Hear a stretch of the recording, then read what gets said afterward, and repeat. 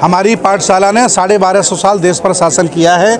हमारे लोग निठल्ले और निकम्मे हो गए तो मोदी जैसे लोग देश पर काबिज हो गए। लेकिन अब हम अपने लोगों को समझा ले रहे हैं, उनकी घर वापसी करा रहे हैं। अब बौद्ध धर्म के लोग होंगे 80% और हिंदू हो जाएंगे 12%, पक्का आंकड़ा तय है। लेकिन जो हिंदू धर्म के लोग हैं वो कह रहे हैं कि ये समाज को तोड़ रहे हैं, धर्म को तोड़ रहे हैं जो बौद्ध धर्म के लोग हैं। मैं पूछता हूँ आपसे, मैं कहता हूँ मैं शराब नहीं पीता।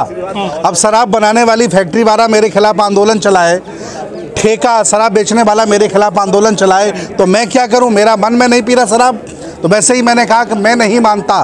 तुम्हारी औकात है तो तुम भी कह दो कि मैं बुद्ध और अंबेडकर को नहीं मानता, बात साफ साफ हो जाएगी। इसमें भावना आयत करने वाली बात क्या है? ये छलावे हैं, झूठे हैं, ये SC OBC वाले भोले भाले लोग हैं। ये समझ नहीं पाए थे, इसलिए ये लोग काबिज हो गए हैं। अब बहुत जल्दी ये वापस जाने वाले हैं, या तो ये सुधर जाएंगे या तो देश छोड़ के चले जाएंगे। अभी तो ये अंगड़ाई है, आगे और लड़ाई है। दिल्ली से शुरुआत हुई, लखनऊ तक चली गई। मैं अब जम्मू कश्मीर जा रहा हूँ, सूरत गुजरात जा रहा हूँ, पटना जा रहा हूँ। जब तक 10 करोड़ लोगों को बौद्ध नहीं बना दूंगा, शांत नहीं बैठूंगा। बौद्धों की संख्या होगी 80%, हिंदू अल्पसंख्यक हो जाएगा, तब इनके समझ में आ जाएगा कि हिंदू राष्ट्र होता है कि बौद्ध राष्ट्र होता है। हिंदू राष्ट्र से सर दिक्कत क्या है सर आपको? एक्चुअली ये नेचुरली देश धर्म निरपेक्ष देश है।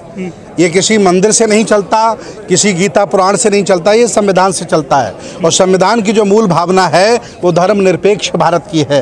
अलग अलग संस्कृति, अलग अलग भाषा, अलग अलग पहनावा, ये लोग कभी एक रंग में नहीं रख सकते हैं। ये अलग अलग भाषा और अलग अलग देश, अलग अलग रंग का देश है। मैं वही चाहता हूँ। जो लोग आरोप लगा रहे हैं वो अपना गिरेबान झांकें। जब हमने उन्हें राजा बनाया तब उन्होंने चंद्रगुप्त मौर्य के खानदान के सर काटे।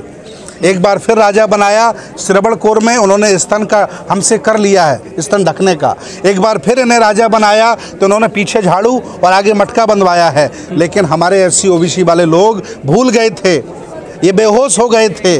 ये लोग समझ नहीं पाए चालबाजों को, मदारियों को, लेकिन अब समझ गए हैं। सब घर वापसी पे लगे हैं। अब देखना नया काम होगा। उनका पद नहीं जाएगा और अब और बड़ा पद आने वाला है। आप चिंता मत करिए। व्यक्ति बड़ा नहीं होता, संगठन बड़ा नहीं होता, विचारधारा बड़ी होती है। करोड़ों लोग बुद्ध के आंदोलन में, बाबा साहब के आंदोलन में चल पड़े हैं। अब होगा वो देखते रहिए। के जो है सपोर्ट में नहीं आया गौतम जी की? कोई बात नहीं, उनको अपनी कुर्सी बचाने दो, मुझे देश बचाने दो। लड़ाई आमने सामने की होगी। मैं तो फ्री बिजली फ्री पानी का बहुत बड़ा विरोधी हूँ। मुझे शिक्षा फ्री दो ना, ये बिजली पानी खरीद लूँगा तुमसे। एक्चुअली गुलाम भारत के लोगों को फिर पुनः गुलाम बनाने का ये मनवादी षड्यंत्र कर रहे हैं। आप समझिए, ये चाहते हैं कि ये इस लेवल पर चले जाएं कि रोटियां हमसे मांगें, अडानी अंबानी के ट्रक आया करेंगे और उनको खाना फेंका करेंगे। इस लेवल पर ये SC OBC को लाना चाहते हैं। लेकिन अब SC OBC जाग गया है, अपने हक की लड़ाई लड़ेगा और इनका पर्दाफाश करेगा। केजरीवाल जी गुजरात गए, वहाँ से एक सफाई कर्मी फैमिली को लेकर आए, हर सोलंकी को खाना खिलाया बढ़िया तरीके से, काफी सम्मान तो किया सर, हवाई जहाज में लेकर आए थे। एक्चुअली मनुवादी वहाँ से हार रहे हैं, इसलिए राजेंद्र पाल पर टारगेट किया जा रहा है। भाजपा वहाँ से जा रही है कहीं केजरीवाल न जीत जाए, इसलिए ये लोग बखेड़ा खड़े कर रहे हैं। आप समझिए षड्यंत्र क्या है। देश उनसे चल नहीं रहा है, ज़बरदस्ती चलाने का षड्यंत्र कर रहे हैं। और गोदी मीडिया उन्होंने खरीद लिया, सारी एजेंसियाँ खरीद ली हैं। लेकिन अब बहुजन बुद्ध के आंदोलन पर चल पड़ा है। केजरीवाल आपके हितैषी हैं? केजरीवाल जी हमारे दुश्मन भी नहीं है, हितैषी नहीं है। तो इस्तीफा कैसे ले लिया? इस्तीफा उन्होंने लिया ही नहीं। हमने स्वाभिमान में इस्तीफा दिया है। हमने अपने मान सम्मान को बचाने के लिए, स्वाभिमान को बचाने के लिए, जब मेरी मूंछ रखने पर लोग मेरी हत्या कर देते हों, घड़ा मटके में पानी पीने पर मुझे मार देते हों और जाति के आधार पर हमारा शोषण होता हो, ऐसे भारत को बदलने के लिए मेरा आंदोलन है। मंत्री पद, विधायक बहुत छोटा पद होता है। ये देश जाग गया है, अब विचारधारा आगे बढ़ेगी और देश भारत आगे बढ़ेगा। एक्चुअली केजरीवाल जी से तो हमें कोई शिकायत ही नहीं है। उन्होंने कोई नुकसान भी हमारा नहीं किया। शिकायत उनसे है जो मेरी 22 प्रतिज्ञाओं पर घबरा रहे हैं, परेशान हो रहे हैं। राजेंद्र पाल गौतम जी को जान से मारने की धमकी दे रहे हैं। मुझे दिन में 10 फ़ोन आते हैं और कहते हैं कि तुम्हें मार दूंगा। मैंने कहा जगह बताओ, कौन सी जगह मारोगे? तो मैंने उनसे कहा कि बनते सुमित रतन को मार दोगे, हजारों सुमित रतन पैदा हो जाएंगे, लेकिन तुम्हारी गुलामी स्वीकार नहीं करेंगे। एक्चुअली बाबा साहब बुद्ध से नफरत उन्हें इसलिए है क्योंकि उनकी दुकानें बंद हो रही हैं। आप समझिए बात को। ATM पासवर्ड उन्हीं के पास है, वो लॉक लग रहा है, बंद हो रहा है, तो बौखलाया हुआ बामनबाद घूम रहा है। लेकिन सर आप कह रहे हैं कि बीजेपी इतना कर रही है, तो विपक्ष में उसका तो काम है ये करने का। देखिए, बहुजन समाज के हकों को जो छीनेगा, सामाजिक, धार्मिक, राजनीतिक, आर्थिक जो भी गुलामी देगा हम उनके साथ खड़े रहेंगे, क्योंकि हम बहुजन समाज की रोटी खाते। क्यों नहीं आपके साथ खड़ी हो रही सर? कौन पार्टी हमारे साथ खड़ी नहीं हो रही? अरे पार्टी बहुत बड़ी छोटी चीज़ है भाई, जब विचारधारा पूरी खड़ी हो गई देश भारत की। आज जितने अम्बेडकरवादी हैं, बुद्धिस्ट हैं, सब राजेंद्र पाल जी के साथ खड़े हैं, तो पार्टी तो बहुत छोटी चीज़ है। लेकिन सुमित रतन जी, एक भी आदमी नहीं आया आपके सपोर्ट में सर, गौतम जी के सपोर्ट में? चलिए, वो डर रहे होंगे, वो भी एक्चुअली उसी विचारधारा के लोग हैं, उनमें क्षमता नहीं है अभी खुल के बोलने की, लेकिन हम लोग बाबा साहब के शेर हैं, दहाड़ेंगे और इनसे जीतेंगे भी। कुछ लोग कह रहे हैं कि जो केजरीवाल जी वो भी संघी हैं।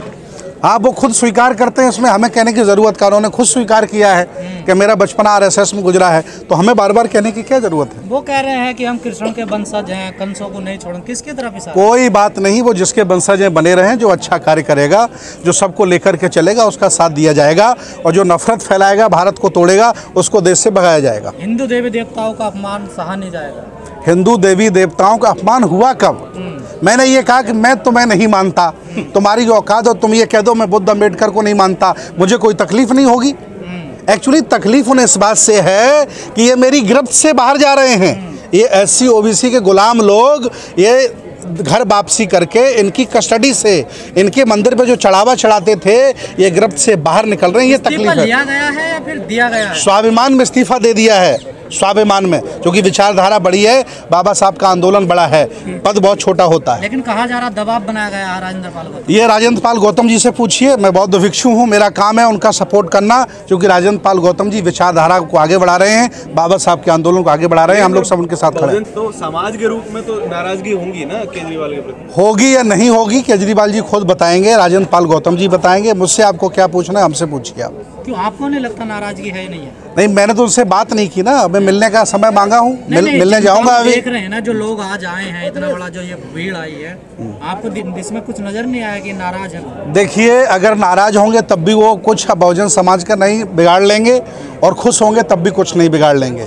ये बहुजन समाज बाबा साहब के संविधान के बाद उठ खड़ा हो गया है, अब इस लायक हो गया है कि अपना मान सम्मान स्वाभिमान गले में हाथ डाल करके खींच सकता है। अब हम किसी के गुलाम नहीं हैं। किसको ताकत दिखाई गई है आज? ये किसी को ताकत नहीं दिखाई गई है।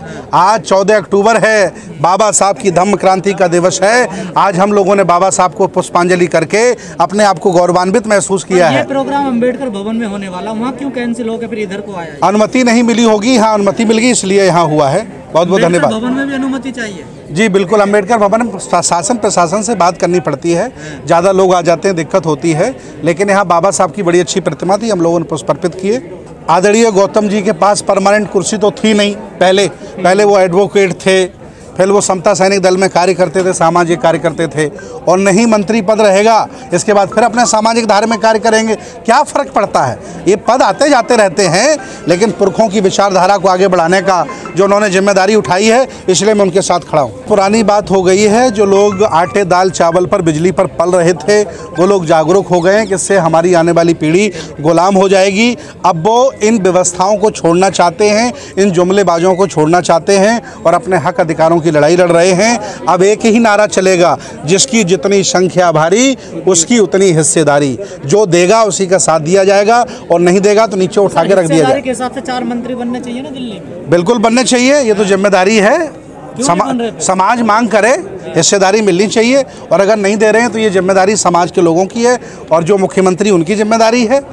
सर आगे के प्रोग्राम क्या है सर, धम्म दीक्षा को? लगातार अभी तो ये अंगड़ाई है, आगे और लड़ाई है। दिल्ली से आगाज हुआ और चिंगारी लगी लखनऊ में, अब हम जम्मू कश्मीर जा रहे हैं, इसके बाद गुजरात जा रहे हैं, पटना जा रहे हैं, देहरादून जा रहे हैं, जयपुर जा रहे हैं, रांची जा रहे हैं। हर राज्य में 1-1 लाख लोग दीक्षा लेने वाले हैं, और अब 10 करोड़ लोग दीक्षा लेंगे। अब बदलाव आएगा, लोग घर वापसी करेंगे। इंकलाब जिंदाबाद।